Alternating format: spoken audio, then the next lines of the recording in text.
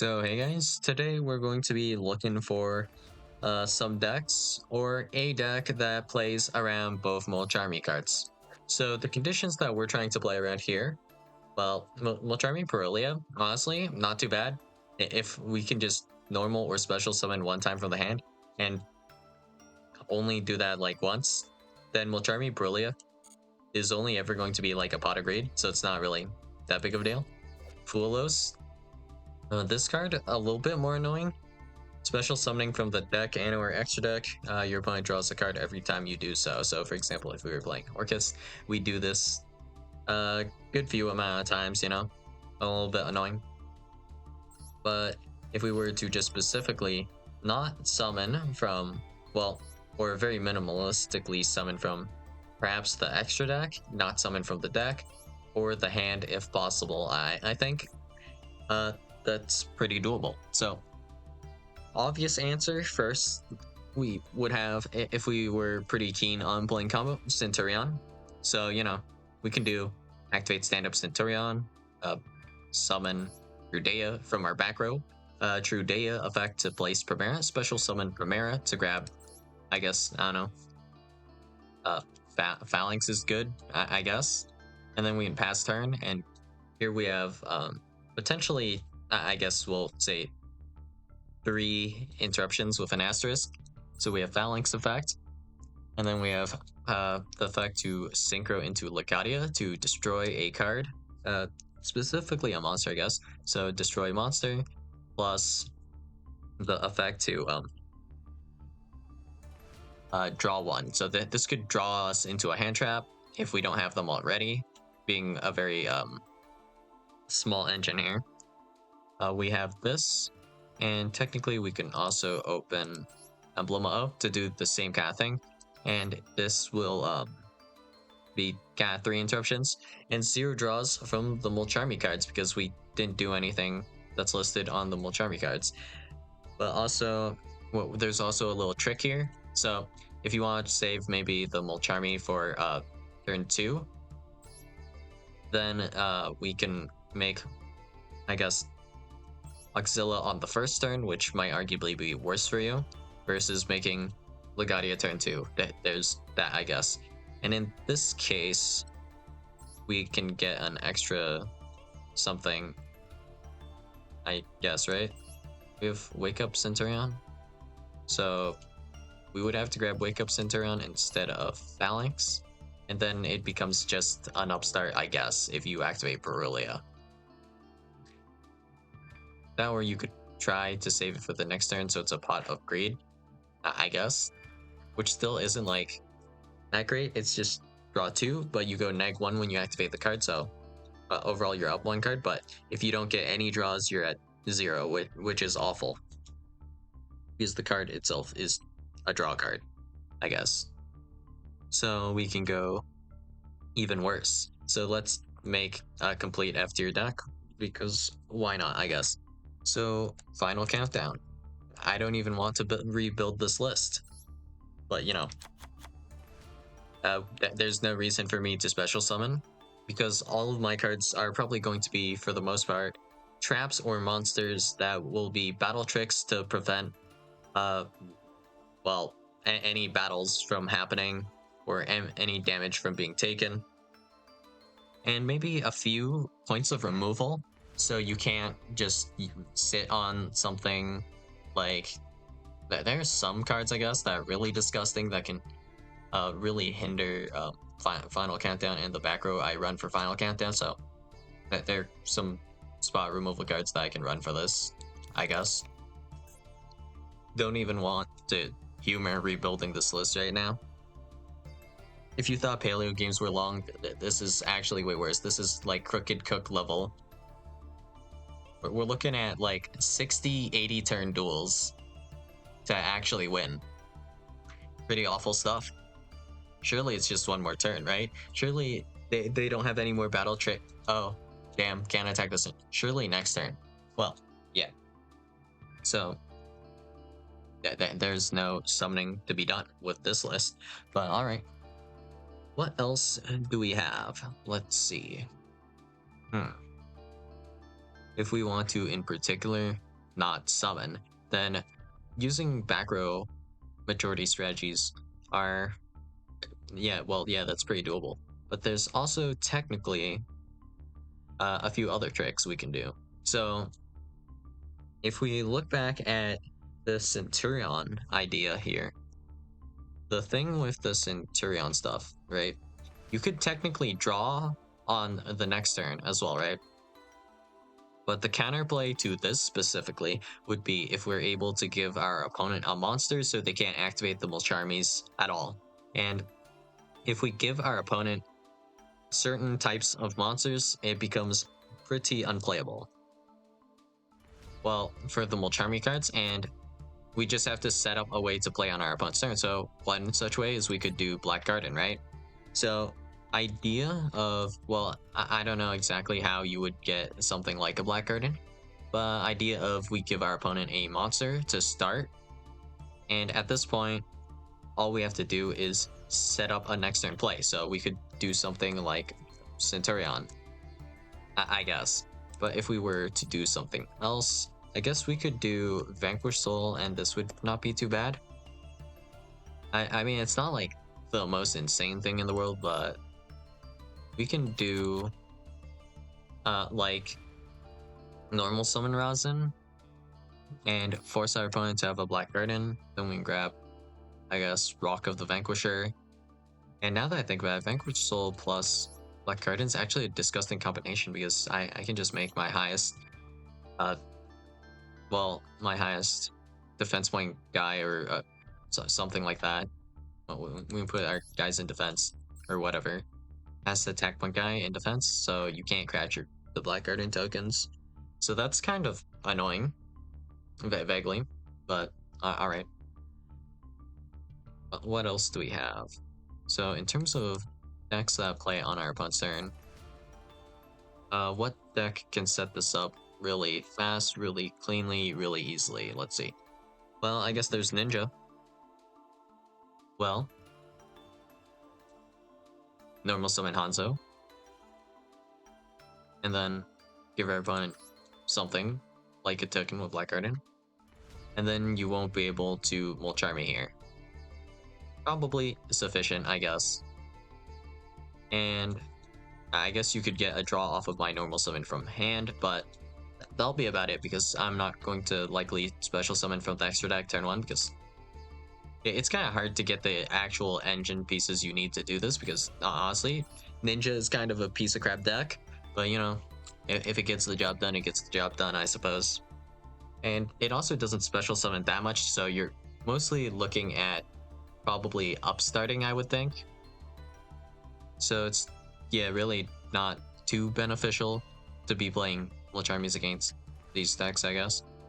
Do we special summon from the deck? I think we only do it once, if at all, right? In Vanquish Soul, if you activate Stake Your Soul, and then the only monster you go into is Rock of the Vanquisher anyway, so it's like purely just upstarts, and you don't stop my plays at all. So you know what, Vanquish Soul actually seems fine for this. I mean, is Vanquish Soul itself good though? I'm not sure, really.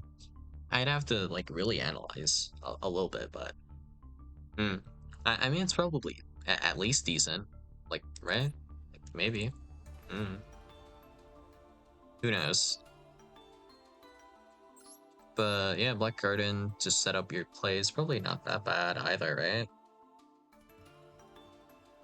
And if we give our opponent some tokens, it's not that bad, because a lot of the extra deck monsters being played, you can't really make anything with the tokens that I give you off of Black Garden. Like, even if you're playing like Nightmare Phoenix, you won't be able to make Nightmare Phoenix because they're all the same name. So if I just clog up your zones, it's just perfectly fine.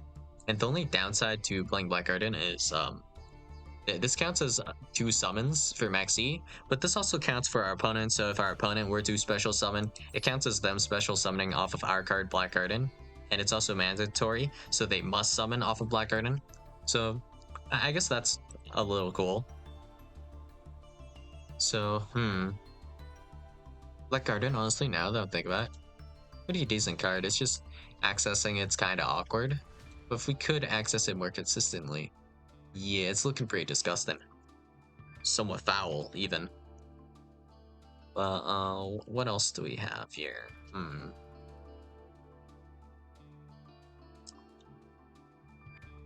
Now that I think about it, if I activate this before my opponent summons Apollosa, doesn't this halve Apollosa's negates? It's hilarious. All right, let's see. What else can we do? I mean, we could technically, if we want, we could just add like a unicorn into whatever deck, just to start sniping, I guess. Aside from that, Kashtira Ogre is also not that bad for this exact purpose as well.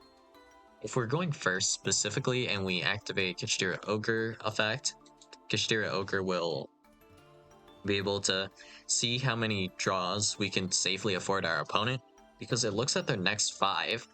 Then we know exactly what the next 5 draws will be. So if they're like all garbage, like if we see 3 copies of Ash Blossom Joe Spring, I will, and then the 4th copy, or the 4th card being something not too alarming, I can special summon, well, 3 times, I guess. So our opponent will draw 3 Ash Blossom, and then the 4th card, whatever it is, it's probably something not too relevant. They'll draw that for a turn, and then we'll just be fine, I guess, just in general. So that's kind of the idea with Ogre, and this will work the same on Maxi or Mulcharmy draws realistically. So we'll know what they draw into, how many draws are like dead potentially, and how many summons we can do without too much of an issue for us, I guess. So there is that idea as well. But if we want to give our opponent no draws, I think the easiest way is just to go full back row and not summon a single monster, as like insane as that sounds, or very minimalistic like Paleo, right? So that's too easy, I guess. So we'll look for something that's more interesting, and we do want to combo, right? So technically, the one that's most problematic is special summoning from the extra deck or special summoning from the deck. So the best way to deal with that is to ritual summon, I believe. Because ritual summoning, well, it depends exactly how the ritual summon is done. But we already did Drytron, so let's change it up. Let's do Vendread. So the thing about Vendread is that you don't actually have to ritual summon these guys from the hand at all. You do have to summon from the extra deck a little bit, which kind of sucks. And do we summon from the deck? I think we do that a little bit as well, but for the most part, it shouldn't be too problematic, right? I think there are lines that exist that can probably do this fairly cleanly, but basic idea, we're going to pitch the Vendread cards into the graveyard, and then we summon them. And if we ever activate Vendread Battlelord, that means every single hand trap that our opponent might draw into is going to be completely dead, and we can hopefully just finish them off quickly turn 3. And even if they do have hand traps activatable turn 3, we should have been able to brutalize them hard enough turn 2 that they don't have enough advantage to do anything, even if there is a potential turn 4. And we should be able to keep building on turn 3, building up, I guess. So they'll probably be fine, I guess. But if we were to build a list specifically to deal with Mulcharmies, I mean, first things first, how many times do we actually add cards in Vendread? I think it's a lot, right? Let's count. Pre-prep. Battlelord. Vendread Slayer. It's too many times, so we can't run-roll, but, you know, if we're really afraid of the Mulcharmy cards, like drawing way too many cards, we can just troll ourselves, technically, you know? That is an option if we do troll. It's not too bad, right? That, or we just do one normal summon and then pass. We can play like something that's borderline stun. All of those decks are just fine in general, I suppose. Correct ratios for this is something like this, I think. And I think you do run one core because it's just useful as a body. And then knights we don't run. Charge. Nice to have at least one charge. Evolution, we do 2 evolution, 3 origin, something like that. Let's go pre-prep. And then if I want to get these cards into the graveyard, we can just do like card destruction, and it's probably not too problematic. And I can set cards I want to keep anyways. Oh, I have 6 copies of card destruction now, huh? Alright, cool. Let's see. So from here, we can also do, I guess, Foolish Burial is good. Like, just in general. Foolish Burialing some of these cards should not be too problematic. And if I recall correctly, the effect of Vendread, what's it called? Vendread, Ravenous Vendread. This can also summon from the graveyard, and it's not just the deck. So if we were to have the optimal hand, if we run through the entire combo, right, we can special summon Slayer from the graveyard, sending a guy. So maybe we do Evolution, send Scar. So far, 0 summons that would be Mulcharmy. Well, you would be able to draw off of the Mulcharmy cards. So we just special summon Slayer. And then if we activate Charge, the special summons a Vendread monster from our deck. Okay, so then what could we do here? Instead of doing Charge, how can we get rid of Slayer? So normally the play would be to link off with like a Vendread Savior or something, or we can charge away the Slayer, but this will allow our opponent to draw 1 whole card. And we don't even feel like giving our opponent 1 draw here. So if we want to remove the Slayer, what can we do? Well, I think the logical thing is we just ritual summon another monster. Alright, sure. If we ritual summon like a Battle Lord, that would work, I guess. I suppose, right? The awkward thing is getting all of these guys into the graveyard. How do we do that without accessing certain things? It's kind of like awkward, right? Well, there must be something we can do, I guess, right? Ash Blossom, Cold Blade, might as well throw these in real quick.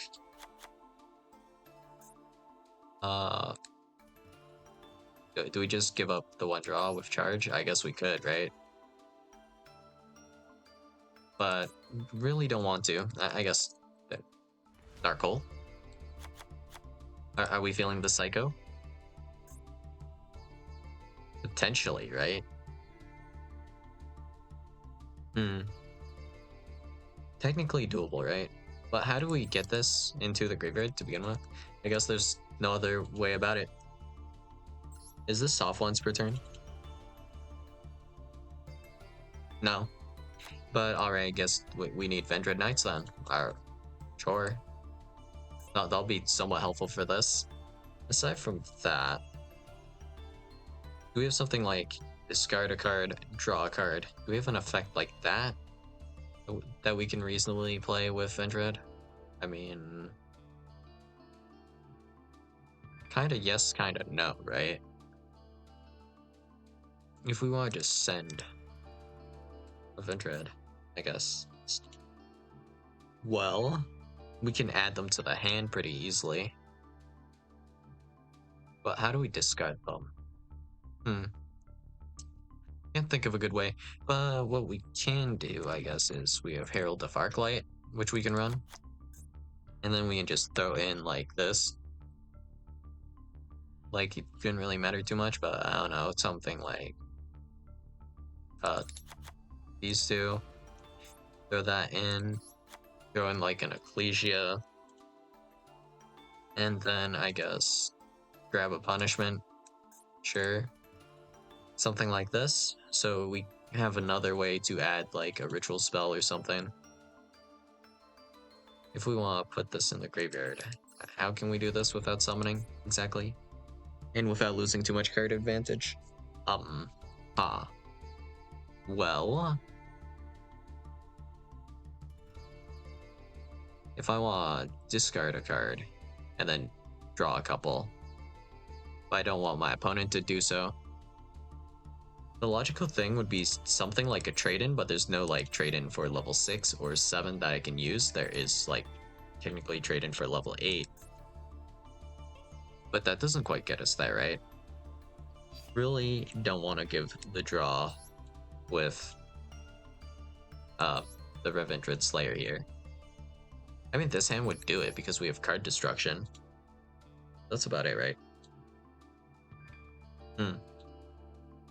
Kinda awkward here, and we also might not have the levels necessarily that form the ritual summon. Because our hands like weird. I mean, I guess maybe I'm not good enough at Vendred to do it with Vendrider particularly. This would be a lot easier to do with Drytron. Because we just Foolish Burial a Drytron or use any of the billion cards that like search the Drytron cards. Just for example, we have actually Cyber Emergency, right?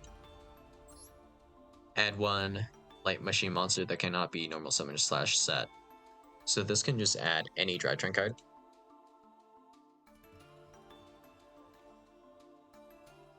Huh. Alright. Wait, this has this effect? If the activation on this was negated, you can discard a card and then you can activate Cyber Emergency again.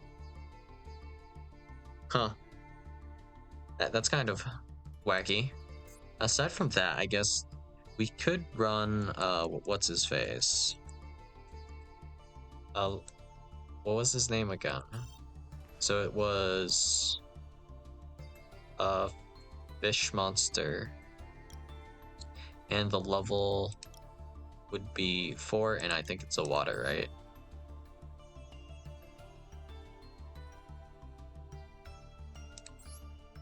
Or is it not? Oh no, there it is, Silent Wabi. Does this start a chain? No, it's not an inherent summon. Unfortunate. During your main phase, you and special summon this card from your hand to your opponent's side of the field. This summons from hand, I guess. And it also gives your opponent a draw, so it's not like great. Well, with this, I think we can give our opponent like 1 draw off of special summon from deck, I think. Which kind of sucks, and also maybe 1, so it's like just raw upstarted. But pretty playable, I guess. Well, maybe I need more time to cook something up, I guess. So rituals, I guess if we were playing Voiceless Voice, Voiceless Voice does special summon from the hand as well. How many times? I guess the minimum you can do is probably the same here. Just 1. So if we tribute low, special summon low from the graveyard, that doesn't count, and then we special summon Skull Guardian from hand, tributing the low, right? And that's how we trigger the low. And that's special summon 1 time from hand. And 0 from deck. I guess 0 from deck and extra deck, and that's like essentially the full combo.